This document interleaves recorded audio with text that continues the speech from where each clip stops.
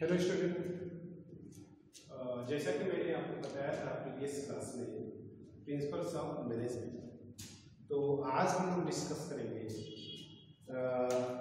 Functions of management.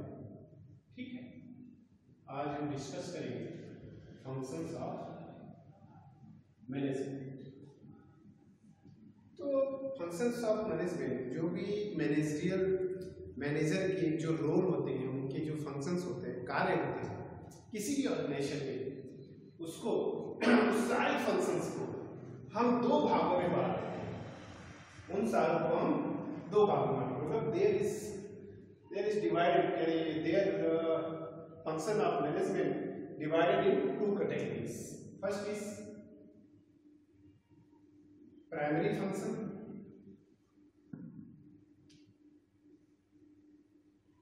Primary functions of management, और इसको हम लोग बोलते हैं बेसिक फंक्शंस ऑफ मैनेजमेंट। और जो सेकेंड कैटेगरी है, मेरा जो दूसरा कैटेगरी है, वो है supporting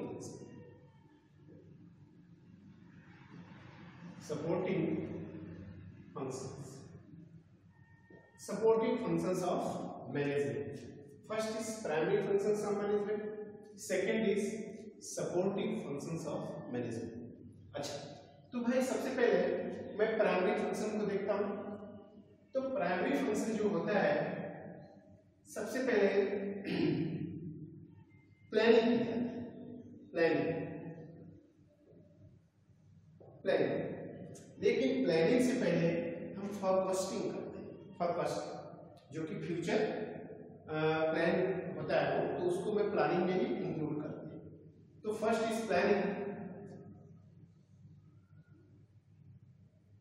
second is organising and staffing,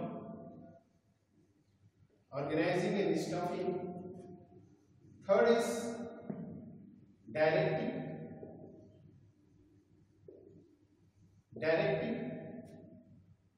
fourth is control।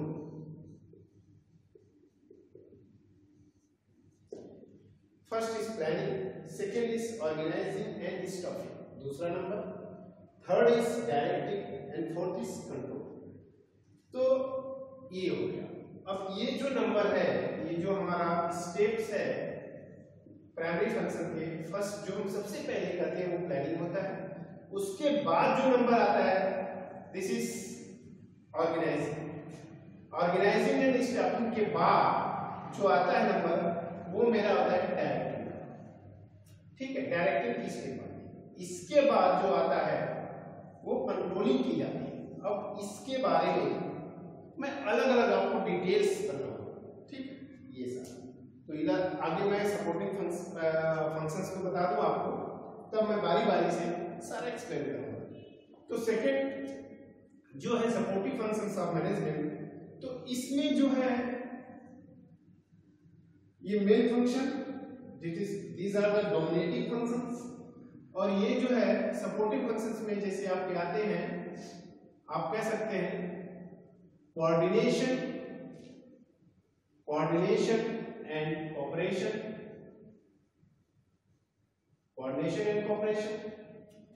दूसरा। ठीक है, या आप कह सकते हैं कोऑर्डिनेटिंग एंड कोऑपरेटिंग जो रोल है। तो अभी हो गया लीडिंग, दूसरा हो गया लीडिंग, तीसरा आप कह सकते हैं मोटिवेटिंग या मोटिवेशन। ठीक है, और अब ये है हमारा इनोवेटिव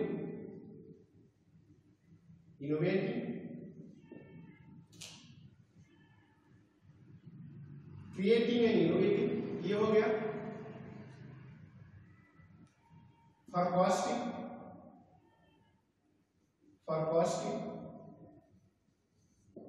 ठीक है, ये हो गया फॉरकास्टिंग। अब बजटिंग,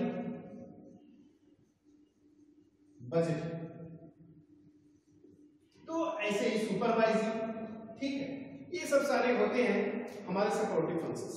मैनेजर के या जो मैनेजमेंट फंक्शंस होते हैं या है ना, ये सब सारे these are the supportive functions of management and these are the primary functions of management, या जिसको मैं बोल सकता हूं बेसिक फंक्शंस ऑफ मैनेजमेंट। तो बेसिक फंक्शंस बारी बारी से मैं इसको आपको बताता हूं, एक्सप्लेन करता हूं। तो फर्स्ट इज प्लानिंग। तो प्लानिंग जो होता है, प्लानिंग के पहले मैं एक प्रोसेस होती है जो फॉरकास्टिंग, जो मैंने इसके सपोर्टिंग में आपको दिया है। फॉरकास्टिंग ये है प्लानिंग का ही पार्ट है। फॉरकास्टिंग जो कि हमारी फ्यूचर गेस की जाती है कि आने वाले समय में इन्वायरमेंट का कंडीशन क्या होता है, क्या होगा, और गवर्नमेंट की क्या स्टडी पॉलिसी हो सकती है, ये सब सारे हम उसको गेस करके अपनी रणनीतियां हम तैयार करते हैं, मतलब स्ट्रेटजीज एंड पॉलिसी को बनाते हैं। तो दीज आर द फॉरकास्टिंग, और ये फॉरकास्टिंग शामिल होता है प्लानिंग में। तो हम कह सकते हैं कि planning is the first step of management process. This is the first step of management process. और जहां से हम लोग सोचना स्टार्ट कर देते हैं, जहां से स्टार्ट करते हैं वहीं से हम लोग प्लानिंग शुरू कर देते हैं, तो हमारी प्लानिंग शुरू हो जाती है, समझिए। तो ये हो गया प्लानिंग। तो प्लानिंग जो होता है वो उस चीज को एनालाइज करने के लिए या उसको डिटरमाइन करने के लिए, फ्यूचर वाली चीजों को डिटरमाइन करने के लिए, जो एक होता है 5W and 1H। 5W and 1H। किसी भी काम को अगर करना है या कराना है तो ये 5W is first is who, ठीक है, व्हाट, वेयर एंड व्हाई, ये है 5W में। Who, what, where, why. And 1H how. तो ये जो प्लानिंग मेरी होती है, मतलब किसी भी काम को करना है या कराना है, तो हु विल बी डू, इस काम को कौन करेगा, व्हाट विल बी डू, क्या करेगा, वो काम क्या करेगा, वेयर, कहां करेगा, ठीक है, ये हो गया। अब ये हो गया व्हेन, कब करेगा, ये वेयर हो गया कहां करेगा, एंड व्हाई, क्यों करेगा। अच्छा, ये सब सारे करने के बाद एक क्वेश्चन उठता है कि कैसे करेगा, किसी भी काम को वो कैसे करेगा। ये सब सारी चीजें एनालाइज करने के लिए ये जो फार्मूला है मेरा 5W एंड 1H का, इसका उपयोग हम करते हैं और सारे हमको रिजल्ट मिल जाते हैं, फीडबैक। तो ये सारी चीजें हैं प्लानिंग में की जाती हैं। तो प्लानिंग जो प्रोसेस होता है ये done by the top level management. Top level मतलब 3 लेवल का मैनेजमेंट होता है, top level, middle level and lower level का। तो जो टॉप लेवल के मैनेजमेंट होते हैं, मींस डायरेक्टर, मैनेजिंग डायरेक्टर या प्लस आपके सीईओ हो गए, एडमिनिस्ट्रेटर, तो ये सब टॉप लेवल के मैनेजमेंट है। ये लोग अपना प्लानिंग बनाते हैं, मतलब रणनीतियां बनाते हैं, पॉलिसी से स्ट्रेटजीज को तैयार करते हैं कि हमारी जो ऑर्गेनाइजेशन है, ठीक है, ये किस तरह से रन करे, किस प्रकार से इसको चलाया जाए कि हमारा जो ऑर्गेनाइजेशन है ये ग्रोथ करे, ठीक है। तो ये पॉलिसी और स्ट्रेटजी ये सब तैयारी की जाती है, बजटिंग, ये सब सारे प्लानिंग में आते हैं। अच्छा, अब हम चलते हैं दूसरा number, organising and staffing. Organising and staffing जो होता है ये दूसरे नंबर का स्टेप है, दूसरा स्टेप है मैनेजमेंट प्रोसेस का। और ये जो है, अब भाई आपने अगर बिजनेस बनाना है आपको, तो न्यू बिजनेस अगर आप तैयार कर रहे हैं तो उसके लिए आपने प्लानिंग सारा कर लिया, ये सब सारे एनालाइज करके आपने रिजल्ट ले लिया, फीडबैक ले लिया, क्या करना है, कैसे करना है। उसके बाद हम ऑर्गेनाइजिंग एंड स्टाफिंग में ये जो प्रोसेस होता है ये divide the works in the among the employees in organisation. Organisation में मैं जो अथॉरिटी, रिस्पांसिबिलिटी या जो भी जिम्मेदारियां होती है, टास्क होते हैं, उसको मैं डिवाइड करता हूं। डिफरेंट प्रकार के डिपार्टमेंट्स में, various type of departments, various types of employees, various types of, ठीक है। तो ये जो वर्क है, विभिन्न प्रकार की जो वर्क है, टास्क है, ये में डिवाइड का जो होता है, डिवाइडेशन होता है among the employees, then it is, this process is called the organizing and staffing, ठीक। अच्छा, अब इसके बाद जो नेक्स्ट है स्टेप मेरा डायरेक्टिंग। डायरेक्टिंग जो है ये लीडरशिप, लीडिंग, जो मैंने आपको बताया वहां लीडिंग या लीडरशिप के प्रोसेस से इसका ज्यादा मेल खाता है।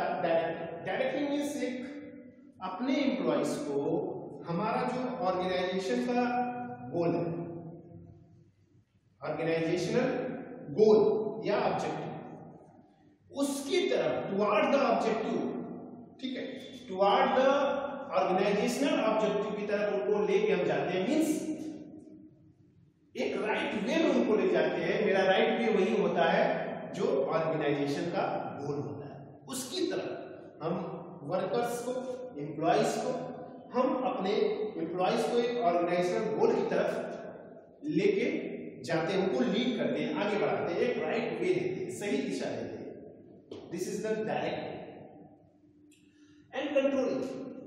Controlling is the measuring process.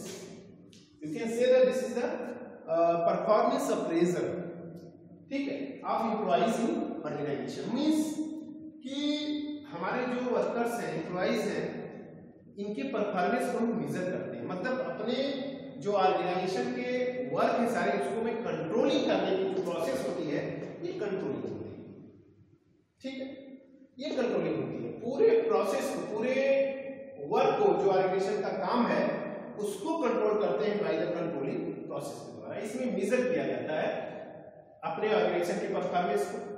हमारे ऑर्गेनाइजेशन की परफॉर्मेंस कब बनेगी भाई? जब मेरे एम्प्लॉइज की परफॉर्मेंस अच्छी होगी, अच्छी बनाई जाएगी या अच्छी बनेगी, तो ये सब कंट्रोलिंग में किए जाते हैं। मतलब परफॉर्मेंस अप्रेजल या मेजरमेंट जो काम होता है वो कंट्रोलिंग प्रोसेस में किया जाता है। तो these are the 4 basic functions of management या primary functions of management. First is planning, organising and staffing, third is directing and last controlling, ठीक है। ये है, इसको आप ऐसे पूरा लिख बोल दे जाओ, बोल के आप कर क्वेश्चन, ठीक है। अब नोट्स, इसका जो नोट्स है मैं आपको कॉलेज के जो आईडी पे, साइट पे मैं उसको आपको प्रोवाइड कर दूंगा। इसको बस समझिए, आप अच्छी तरह से समझ लीजिए कि और जैसे देखिए मैनेजमेंट जो होता है ये लिमिट नहीं है, अनलिमिटेड है, अनलिमिटेड है मैनेजमेंट, और ये कॉन्टिन्यूअसली प्रोसेस है, ठीक है। ये जो है अनलिमिटेड है और इसको चाहे जहां, मतलब आप कह सकते हैं परवेसिव फंक्शन है, मतलब चाहे जहां, जिस जगह पे आप देखेंगे मैनेजमेंट हो रहा है, और ये नए तरीकों को आप ला सकते हैं। ये नहीं कि जिसमें थ्योरी आपको बता दी गई बस हम उसी लाइन में चले, ऐसा नहीं है, उसी वे पे चले, ऐसा नहीं। अपने दिमाग से, अपने स्किल्स एंड नॉलेज से आप नए तरीकों को भी बना सकते हैं जो कि उससे बेटर है। तो अनलिमिटेड है ये, ठीक है। These are the basic functions and now these are supporting functions of management. First is coordinating या coordination and cooperation. Coordination means होता है तालमेल को बैठाना अपने ऑर्गेनाइजेशन में रिसोर्सेज के बीच, जो कि मैंने आपको पहले के रिसोर्स के बारे में बताया है। ह्यूमन रिसोर्स है, टेक्नोलॉजिकल, ठीक है, टेक्नोलॉजिकल रिसोर्स है, इंफॉर्मेशन रिसोर्स है, फाइनेंशियल रिसोर्स है। तो ये सारे रिसोर्स है, रिसोर्सेज को की तालमेल को बैठा के लेके चलना जो उनकी परफॉर्मेंस को बढ़ा दे, ठीक, हमारे ऑर्गेनाइजेशन की परफॉर्मेंस को बढ़ा दे।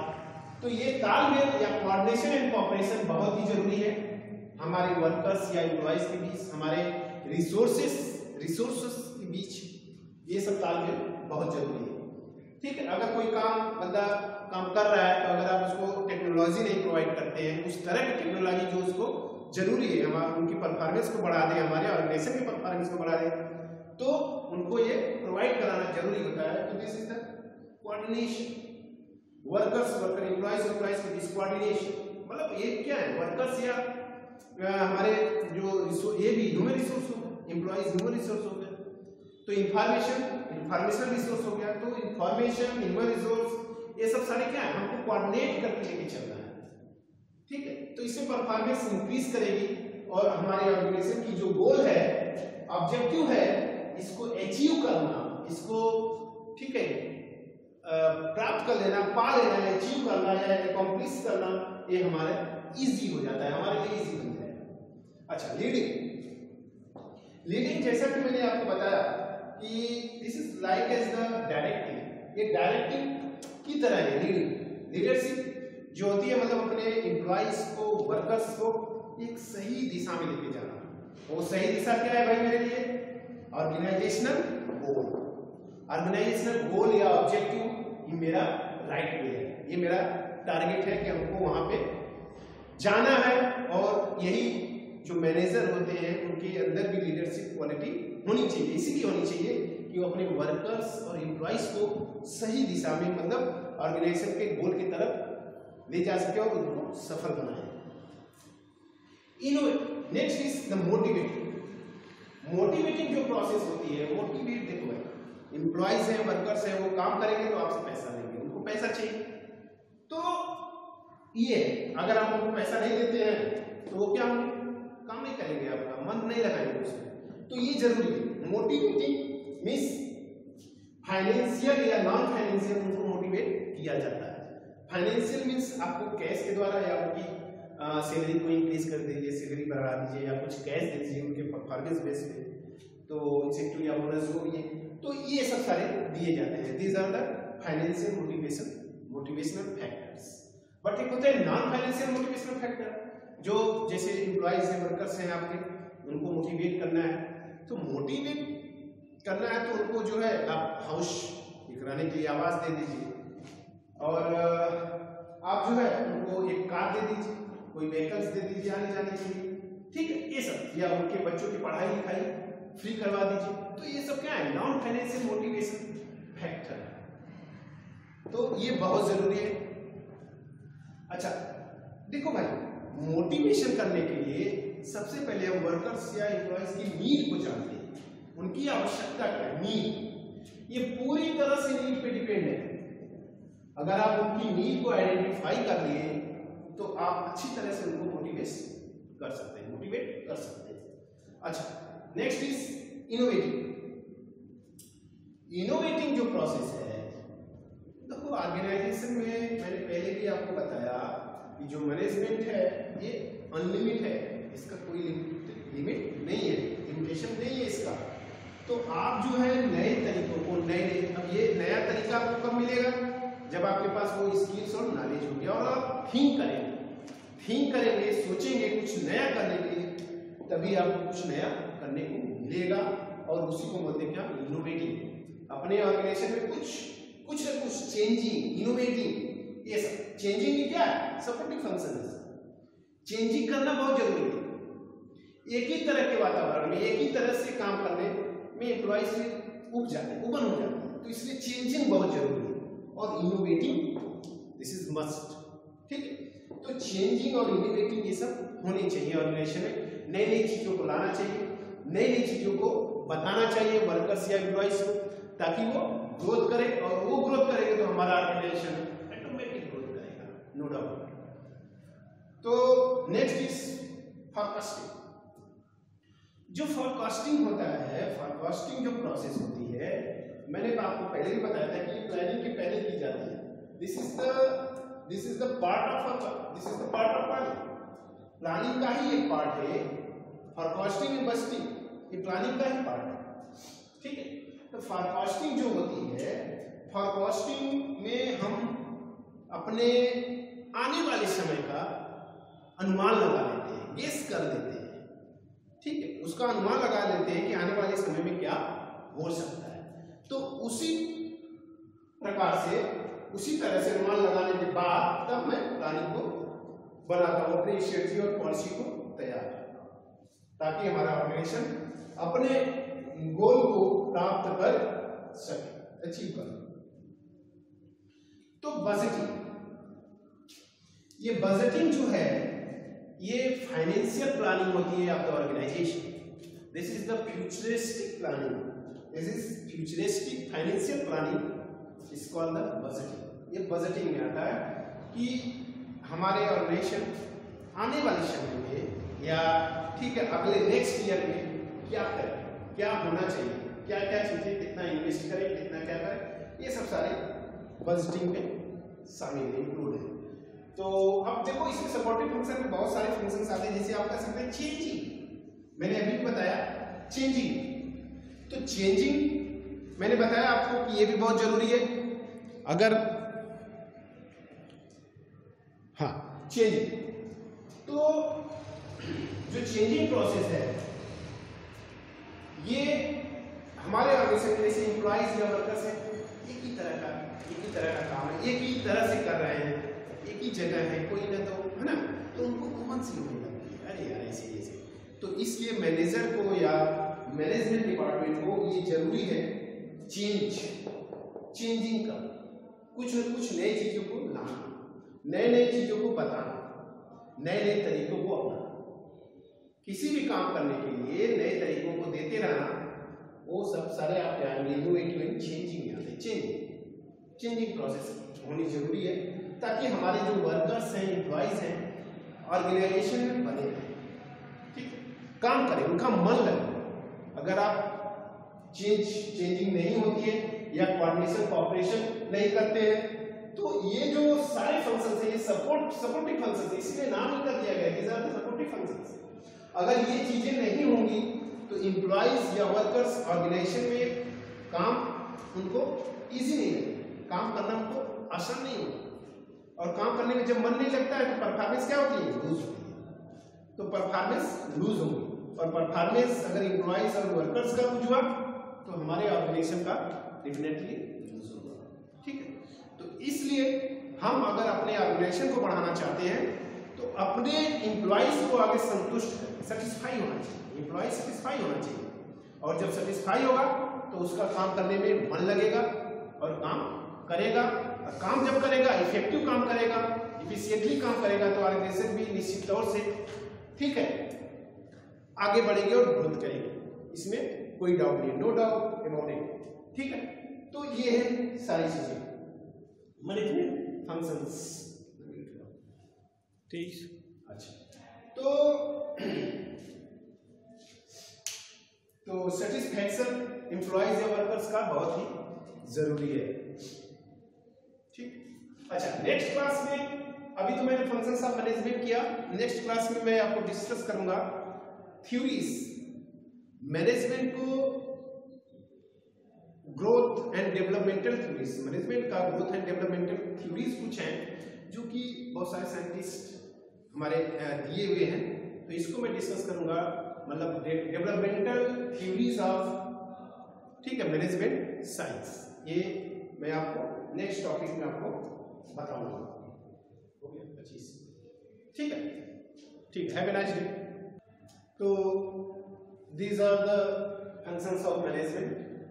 तो जो मैंने बताया आपका primary functions, these are the basic functions, planning, organising, directing and control, planning, organising and staffing, directing and control. These are the priority, according to priority. First is planning, and after planning then you start the organizing and staffing, and after organizing and staffing then you start the directing, and after directing then you start the control, ठीक है।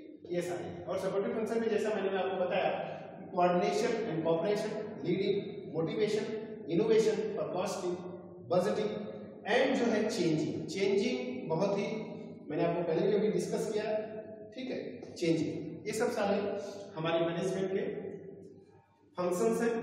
और भी सारे आपको supportive function में बहुत सारे कुछ फंक्शन ऐसे मिलेंगे, ठीक है। तो जैसे इनोवेटिव मैंने बता दिया, क्रिएटिव भी होता है, तो ये सब सारे फंक्शंस हैं, इनिशिएटिव, क्रिएटिव, ये सब सारे हैं, इसी में सपोर्टिव फंक्शन में चले जाते हैं।